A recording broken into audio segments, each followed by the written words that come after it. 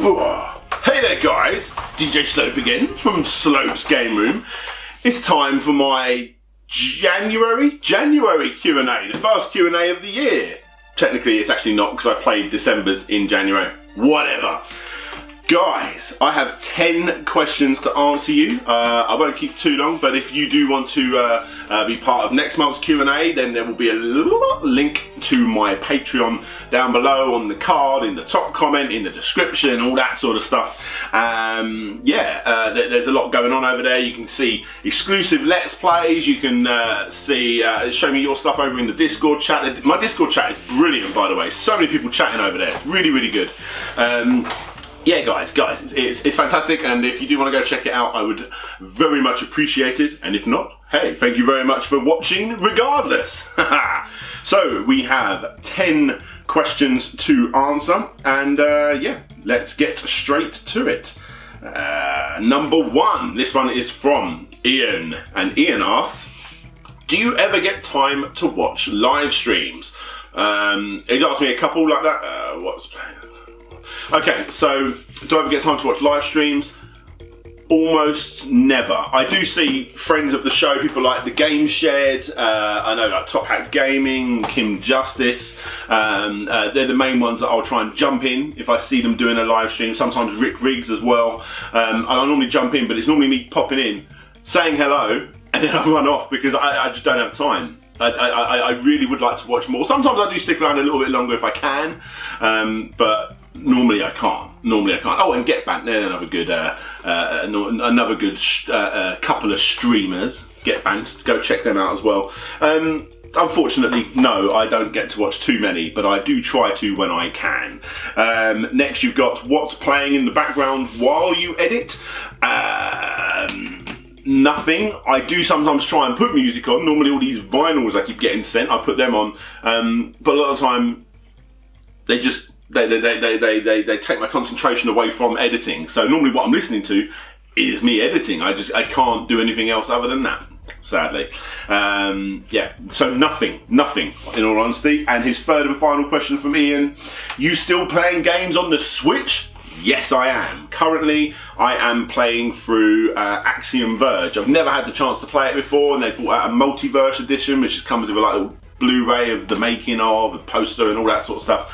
Probably a little bit overpriced, but yeah, I'm really enjoying it. I'm really enjoying it. That's what I'm playing at the moment, Axiom Verge, and I've got The End Is Nigh waiting for me, and is it Little Jew 2, something like that? I've had that for a little while. I haven't had a chance to play that one yet either. So they're the next 3 games I'm going to be playing on my Nintendo Switch. Question number 2, and this one comes from Tim What's All the Fuss Labonte, and there's quite a lot here. Let's have a look. Collecting for a retro system or computer. You buy a sealed game on eBay, maybe it's $10, $20, maybe $50. Hell, it's rare, $150. When it comes to your doorstep, does it sit on a shelf or do you rip that sucker open and play? With every rare or expensive sealed vinyl I buy, I take the faded shrink wrap off and put a needle on it. I know with MP3 and emulation there's the option to play without opening, but what do you think? As the band Jawbreaker said, don't let the boat dream from the hill, more or less. I'm half and half. Every single vinyl I get sent, not just because it's review purposes, I do play. I have ones that I will play a lot, like a lot. We're talking like obviously the Streets of Rage, Revenge of Shinobi, a lot of the Sega releases, that Sonic Adventure one though, Sonic Adventure ones that I recently got, I've been playing those quite a lot. Art of Fighting, that was fantastic, that's a great record. I've been playing Velocity 2X and stuff like that, so yeah, with vinyls I do play them a lot. There's obviously some that I play more than others, and some that are just solely I have them so that when I have people around to play board games, I have them in the background, nice piano music, Dear Esther, that sort of stuff. When it comes down to video games, no. I buy a lot. If it's a rare game, what's the rarest game I've bought? I haven't bought any rare games in a little while, in all honesty. I have a game that's about, I think it goes for about £100 odd at the moment on eBay. I can't feel it. Castilla. It's that Ghouls and Ghosts ripoff. I'll put it up.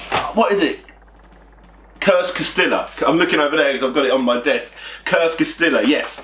That's an expensive rarity. Well, it's not even a rarity. There's about 3,000 copies made of it, I think, on the PlayStation 4. But I'm trying to collect all those PlayAsia games at the moment. Yeah, Curse Castilla. As soon as I got that through, instantly I played that. I don't know if it's because I knew that monetary value was so high on it. But yeah, I played that. Quite a lot of games I get through and I don't. Like I say, I've got a couple of Switch games recently that I didn't put in because I'm still trying to finish Axiom Verge. So, yeah, sometimes I do, sometimes I don't. It really does depend. I suppose the more expensive it is to buy, the more likely I'm going to instantly put it on. But with that said, I bought Samba de Amigo Maracas in November or December, and I still haven't played them, even though that's a game I've wanted forever. And that was quite an expensive purchase. So, yeah, there you go. I hope that answers your question, although, let's be honest, it probably doesn't. Question number 3, from Creamy MacDaddy Elephant. And Creamy asks, alright mate, couple of questions for you. Your son Toby has appeared in several of your unboxing videos. I know he's young, but do you intend on introducing him to gaming? Or have you started already? If so, what do you play with him? Okay, I've given him a controller before when I've played Sonic Mania, and you just see tails go left and right. And that's it. I mean, he can't play games. He's only 2 years old. Like, he doesn't know what to do. He's just pushing buttons and all that sort of stuff. And eventually I have to turn him off because he keeps pausing the game. You know, like, he's not playing any kind of game. He's just pushing buttons on a controller. The same way, you know, he turns the telly off when he finds the TV remote, you know. So, yeah, absolutely, Toby is going to be a gamer. Like, I know growing up, like, especially in my later teen years and in my early 20s, like, in our house, we would have, like, 3 PlayStation 2s. My sisters would have one, I would have one. There'd be one downstairs in the living room. I think we had a couple of 360s about as well. Xboxes and that sort of thing. And I would obviously have all of my retro stuff. So, yeah, I mean, the plan is in about a year's time, I'd like to move and have my own studio so I won't have to kick everyone out of the living room and I do videos like this. You know, I can have my set studio where I go to work on Slope's Game Room. And that would also double as a games room, I suppose. And yeah, obviously when I'm not working in there, it's going to be his room to play all of my retro games that are going to be all put up in a shelf the same way all those big YouTubers do when they stand in front of all their games, like Happy Console Gamer and stuff. Yeah, games I'm probably going to play with him. Even though I'm not the biggest fan, probably the Lego games. I mean, that just seems like the perfect little co-op father-son thing to play, you know? And the same with Annabelle, my daughter, when she gets old enough to play. Who's next? Name a terrible game in a series you love, old or new. Name a terrible game.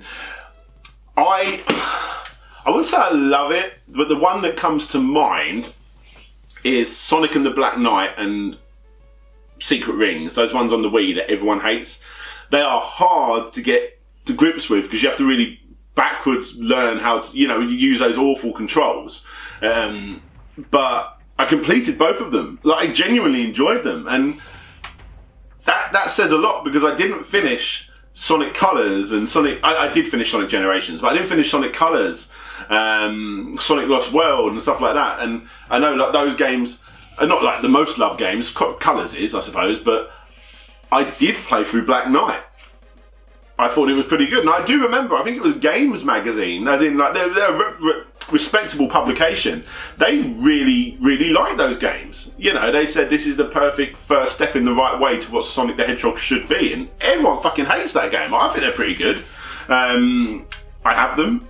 I haven't played them since I've completed them, so maybe my view would change when I play them again, but I thought they were alright. What else has he asked? What else has he asked? Can you start playing someone in Discord to post more than me? Can you start paying someone in Discord to post? So, if you guys don't know, obviously my Patreons, we all have a Discord that we're all in, and Creamy MacDaddy Elephant constantly talks in Discord. So there's a competition in my Discord. The person that talks the most, it all gets tallied up by a little bot thing that I've got in there, gets to choose the Let's Play of the game that I'm going to be playing that month. And Creamy Elephant has won the last 3 or 4 times. Basically every single time I've ever done this competition. And yeah, I'm not going to pay someone to beat you. I'm just not going to let you win even if you do. Next, it's embarrassing, like I said. Sending you great vibes and best wishes for 2018. Hope it's another kick-ass year for Slope's game. Wait, one more. Where do babies come from? that's not for me to tell you. If you don't know already, best of luck with the ladies. Right, next up we have Patrick Alexander, and he asks, would you consider making a series akin to the Wii U Opinion again? So, I'm in two minds about that Wii U video that I did. If you guys don't know, if you look up Wii U Opinion video or something, you'll probably come across it. But basically, I went out to, like, say 50, 60 YouTubers or something like that. I can't remember. It was 40, maybe 50, I don't know. Something around those numbers. Thinking that about 10 people would come back to me. The vast majority of these people were people that I'd never spoken to in the past. And I'd say about 80% of them come back and said yes, they want to be part of the video. Now the good thing about that is I got to speak and make some good new YouTube friends, you know, that I still speak to, sort of speak to this day. In fact, a perfect example is Professor Juice. I'm going to be on a panel with Professor Juice, her brother Cad Icarus. I think there's a couple of other YouTubers on there as well. Not this weekend, so I'm trying to think when this video is going to go live. So yeah, so not this weekend at Play Backpool, but at the following weekend at the Anime Expo. So that's really cool. It didn't come from the Wii U video, but you know, I know who they are now and we've spoken and stuff. So that's really cool. But it's because of these videos that I did, I got introduced and be able to speak to people like RGT85, Beat 'em Ups, She Says, Rick Riggs. There's absolutely loads, Super Derek RPG, all these people that I'd never spoken to in the past, you know, obviously Revez again, but I knew him beforehand, so that was good, but the videos were an absolute ball ache to make, like, just sitting there like this, oh my god, like, messed up. Audio mixing is not something that I enjoy to do too much, and that wasn't exactly fun to make, and it got to a point where, obviously, when I asked you, the viewers, what games you thought were the worst games on the GameCube, on the Wii U, what are the worst games on the Wii U? People just tend to choose the games that they bought that they didn't like. So instead of people choosing like the very worst games, like your Animal Crossing, or you know, there's probably a lot of indie games that people didn't like. People would, there would be like some huge games like Mario, like the 2D Mario game for the Wii U would be in the top worst games, and there was so many things. I learned a lot from that video. If I did it again, I would want audience, you know, people from the audience to talk again, because I thought that was really cool, seeing your name up on the screen and having all these collaborative efforts put in together. But it didn't work. I don't think the video worked exactly how I wanted it to because your top 10 games were almost the same list, just jumbled around from the top 10 worst games. There was some really weird stuff in there, really weird stuff. So I don't know how to answer your question. Maybe I will, but if I did, I would definitely do it different. I think that's probably the best answer I can give for that one. Sorry. That was number 4. So Patrick, thank you very much. Question number 5. This one comes from Paul Float, the guy that sent me the Mario cereal. Thank you very much, little. What's that? PewDiePie. I'm going to trademark that. Right, Paul Float. What games are you most looking forward to for 2018 on any console? Then more specifically, what Switch titles are you most excited for? Games I'm most excited for in 2018.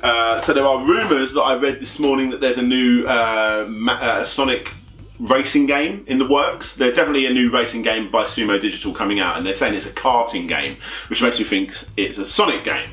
I would love that, because the last 2 games were incredible, like Mario Kart competing incredibly good, and obviously I'm a Sega fanboy, but fucking incredible games, so good. Other than that, and that one would come out on all the systems, wouldn't it? Obviously it would.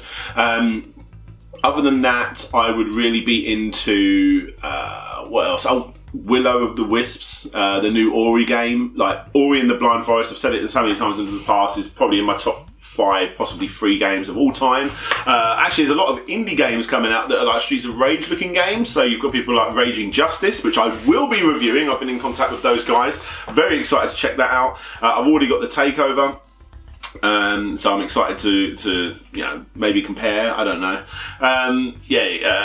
What else? There's Streets of Red, which I don't even know how that's going to come about. There's so much like copyright stuff going on in that game.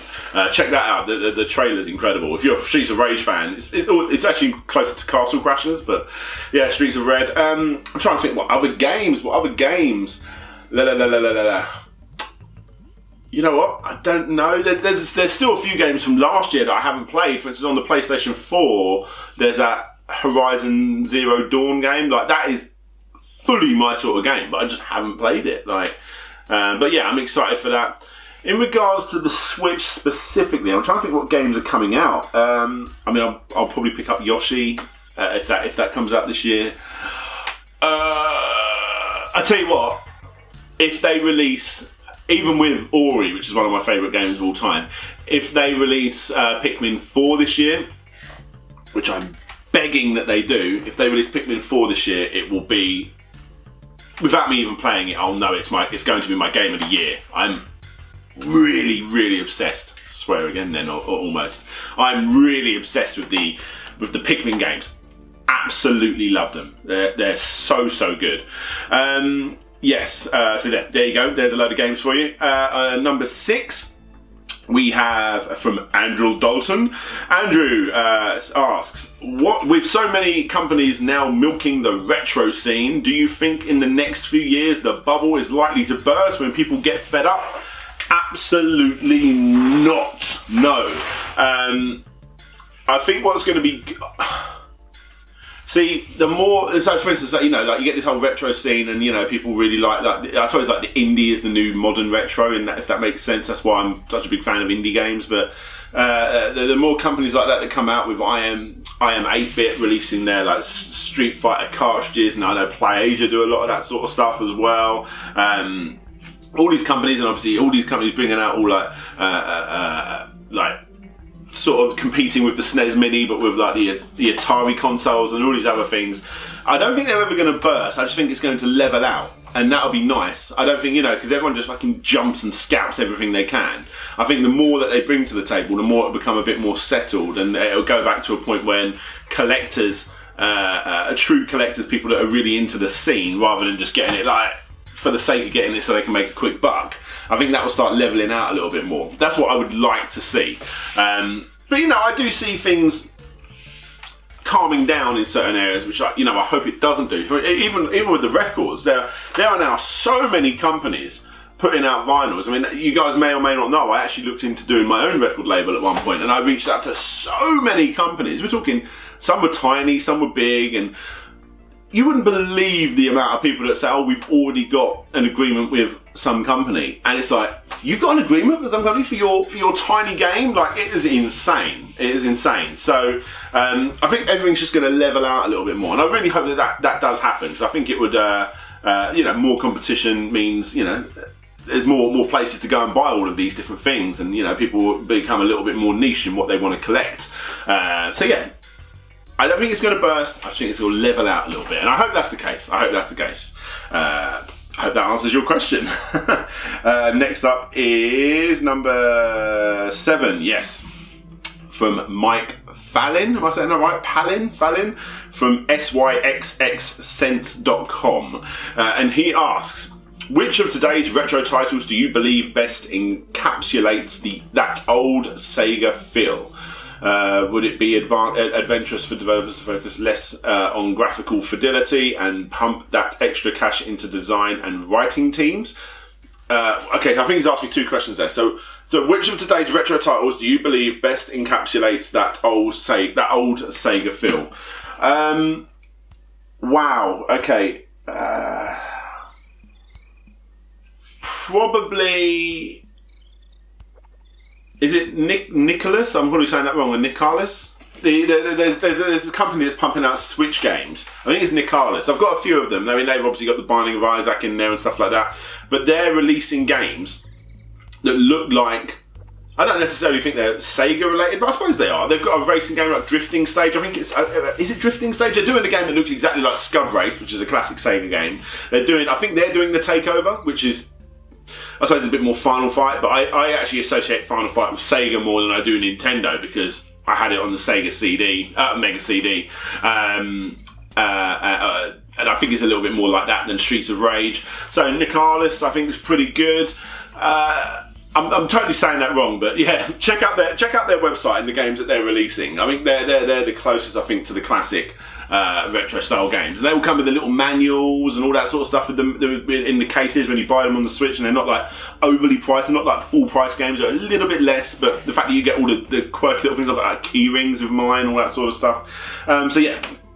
I'm probably saying it wrong, but Nicalis or Nicalis or something like that. That's a company I think worth checking out that give that old Sega or just retro feel. Would it be okay? Would it be adventure?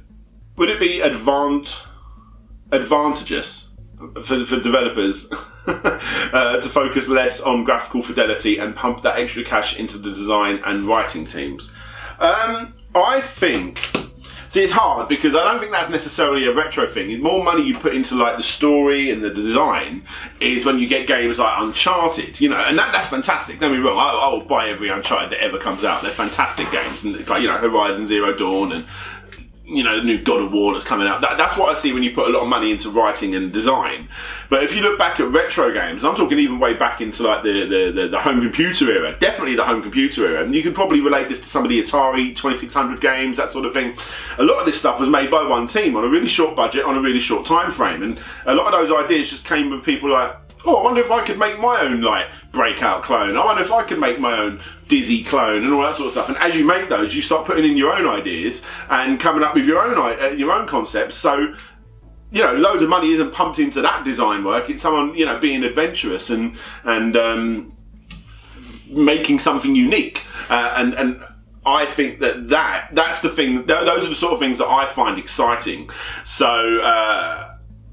Keep it the way it is, you know what I mean? Like, keep it the way it is. I want the big budget titles because I do buy them, I do play them, but I love the indie scene just constantly pumping out stuff that hasn't been seen before. You think about that, how long have video games been going and we're still seeing new ideas and concepts or new genres merged together and stuff like that? A perfect example is a game called Rim's Capsule, which is a fucking ridiculous name, but it's a mobile game and it's a really good mobile game.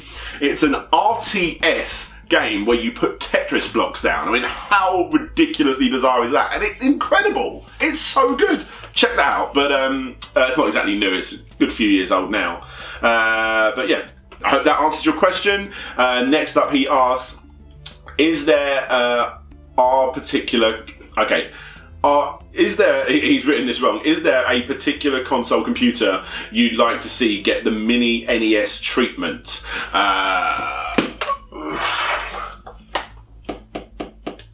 See, I haven't got the biggest problem with emulation, and I know people have their different views. Personally, me, a lot of the stuff you see when you watch my videos, most of the time is emulated.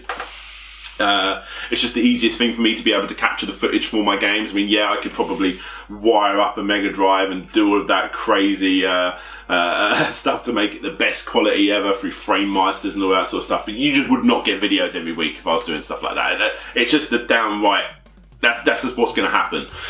So I've got no problem with emulation, and the thing with emulation is the problem with a NES Mini is, I mean, I've got a SNES Mini, and I'm like, wow, this looks really good, but it's got like 30 games on when I've got, you know, a ROM pack with every SNES game, you know what I mean? So I don't really care too much for mini consoles. I think they're quite a cool novelty to have, to put in their box and slap up on the, you know, on the shelf, but I would much rather have a console like the Retro Freak, which I have, and there will be a review of that coming up, which can play, you know, games off an SD card, so you can play that emulation games, but they also do take the cartridges as well. There you go. Yeah, that's it really. I suppose if I had to choose something, I mean, all the best ones have been taken, haven't they? Oh, actually, no, I'll tell a lie. How about a nice... Actually, I'll tell you what one I would like. I was going to say Master System, because they haven't done the Master System.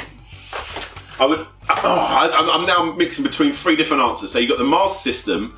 I would perhaps like a collection of those early Sega consoles like the SG-1000 and stuff like that, and the Mark III, which I know is, you know, your Master System stuff, but I'd probably import a Japanese console, mini console, one of those, But then again, you can still play the ROMs if you had a Retro Freak or something, so I'd much rather do that. I'd only buy it for the novelty of having one. But the obvious answer that I would have... Oh, now I'm thinking of another one.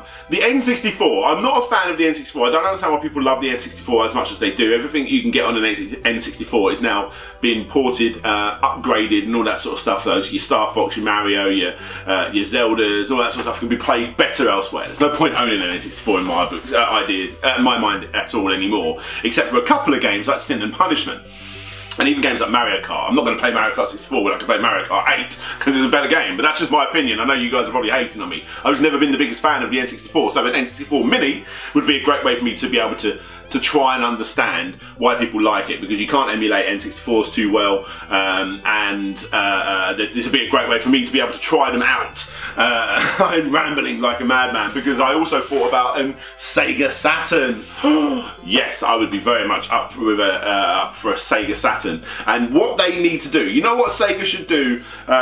This is going to be my answer, the Sega Saturn. Sega Saturn should come with about, I don't know, a number of games included, like your obvious games, at least 50, but this is what would make them absolutely destroy anything that Nintendo have released so far. They should let you be able to play Sega Saturn games on this Sega Saturn Mini or whatever you want to call it. You can change the shape of it or whatever if you want, but if it played Sega Saturn games and it had an HDMI out at the back, they would go insane. You would not be able to buy them for love nor money. Sega would be like not being able to keep up with demand. They would that is what I would like to see. That is what I would like to see. That was the longest answer in the world. I really do apologise, but that is what I would like to see. And he did ask me another one. What would be your ideal pitch for a new Alex Kidd game? You know what, I would just give it to, I'm really sorry, I can't remember the name of the company, but I would just give it to the people that done those new Wonder Boy games. Give it to them. They did such an insane job, like probably the greatest HD remaster of a classic game like that. It's up there. It's up there with some of the top ones ever made. It's so good. Sorry guys, the card got full up. It's actually full of ROMs. Let's go back to my earlier questions. I was messing around with the Retro Freak console. Yeah, Alex Kidd. But they would have to update it because that game has aged. Even with me being a big Sega fanboy, it's for a newcomer. Alex Kidd is not probably the best game. It's stupidly way too long. It has a bit like James Pond in a sense, you know, like James Pond 2, where it just goes on and on and on. It doesn't, the levels don't look that great. It's just like a block, you know, made into levels, you know, like that. They would have to update it slightly. And those boss battles, you have to memorize them. There's no skill involved. So perhaps do something like that, but then turn it into an actual battle. You know, they'd have to mix it up a little bit, but give it to the guys that made those that Wonder Boy game, because that was perfect, absolutely perfect. Couldn't be a better HD remake for a game like that. Give it to those guys. That is what I'd want to see. I hope that answers all of your questions. Moving on to question number 8. This one is from, let's have a look. King Wiku. King Wiku asks, is the Space Harrier series one you plan to do a complete history on? Yes, absolutely. Absolutely. Sometimes I open up scripts, I write the title of the script so I can see it in my Google Drive, and there might just be a line of text. Space Harrier is one of those ones that I've started. I haven't done anything of a script. It is absolutely empty, but I'm going to do it, and I think you'll find it'll be in 2018. So yeah, Space Harrier is coming. I was a fan of the original, but when I was at an arcade in Japan at one point and saw an amazing game called Planet Harrier, which I can only assume was related to it, I had heard it was going to be released on the GameCube, but never did. Would love to know more about this series. Were you familiar with the awesome Sega-based products released by a Japan company called Geek Life? No, absolutely no idea, but I will be looking that up afterwards. They made a bunch of cool t-shirts and other items, including a vinyl figure of the Altered Beast first boss, the one who keeps ripping off his own head and throwing them, and the Space Harrier Cyclops Mammoth. I am 100% checking out Geek Life because that's the sort of stuff that I waste my money on. Absolutely. But yes, to answer your question, very quick one there. Space Harrier, the complete history, will happen, and it's incredibly likely to happen in 2018, especially now that you've put that seed in my head. It'll probably happen in the next couple of months, in all honesty, but we'll see. Gemma at Mr. T's Shirts. That's Mr. TS, so Mr. TS Shirts.co.uk. She asks, what's your favourite game ever, like ever, of all time, and why? I've said it so many times, it's Sonic 3 and Knuckles, which is such a stupid thing to say, but Sonic 3 and Knuckles on the original Mega Drive, absolutely perfect. Absolutely the perfect Sonic game. They've never beaten it since, even with Sonic Mania. Brilliant game. Absolutely brilliant game. I don't know, technically it's 2, but in my mind, it's 1 game. Why do I love it so much? There's a little bit of nostalgia put in there as well. You know, like, first time I had Sonic 3 before Sonic Knuckles came out, because that's how they released them. Seeing bits of the stage where I couldn't get through, I can't work out how to get through, and I'll be trying to jump Sonic into these walls that I couldn't smash through, and then when I get Sonic and Knuckles, I realised I can play Knuckles and break through those walls. It was like so groundbreaking for the time. The story is incredible. I don't care if it's spoiler alert if you haven't played it. Why haven't you played it? It's your own fault. But there's parts of the game where Sonic and Knuckles start working together, and you see like Knuckles turns around and fights Eggman, and Eggman gets Eggman, what am I saying? Robotnik. It's a perfect Sonic game. I love the Sonic series, and they've never done it better than Sonic and Knuckles, so that is my all-time favourite game, although Sonic 2 comes close. And we have the very last question, although there's probably quite a few in here. Question number 10. Oh no, there you go. He asks, Darren Richard Fryer, and he asks, what games couldn't you finish? The obvious one that comes to mind is, is it 13? What's that cel-shaded first-person shooter? You guys know what it is. It's like XIII, I'm not very good at Roman numerals, I think it's 13, whatever. I got to the very last boss, and I didn't finish it. Gutted. So yeah, I can't think of any others. I'm pretty good with completing games, in all honesty. A lot of times I don't complete games because I can't be bothered, or I've got a new game. But recently I've been very good. I won't move on until I've you know, completed a game. But I'm trying to think if there's any others. I've got my Switch. I'm trying to think if there. I didn't get all of the moons in Super Mario Odyssey, but I think it's just why I played that game so much. I put it down. I'm about 800 odd moons into that game, so I'm not too far off. Yeah, but I'm probably going to go back and get them. Yeah, the only game I can think of is that cel-shaded first-person shooter game, which I think is called 13. I don't think it might not be. It might not be. Shall I have a look? I'm going to really embarrass myself. It's going to be like 3 or something, isn't it? Cel-shaded FPS. It is called XIII. What is XIII? XIII. It's 13! Yes! 13. There you go. Guys, thank you so much for just sticking around for this Q&A. It was quite lengthy, but I had a lot of questions to answer.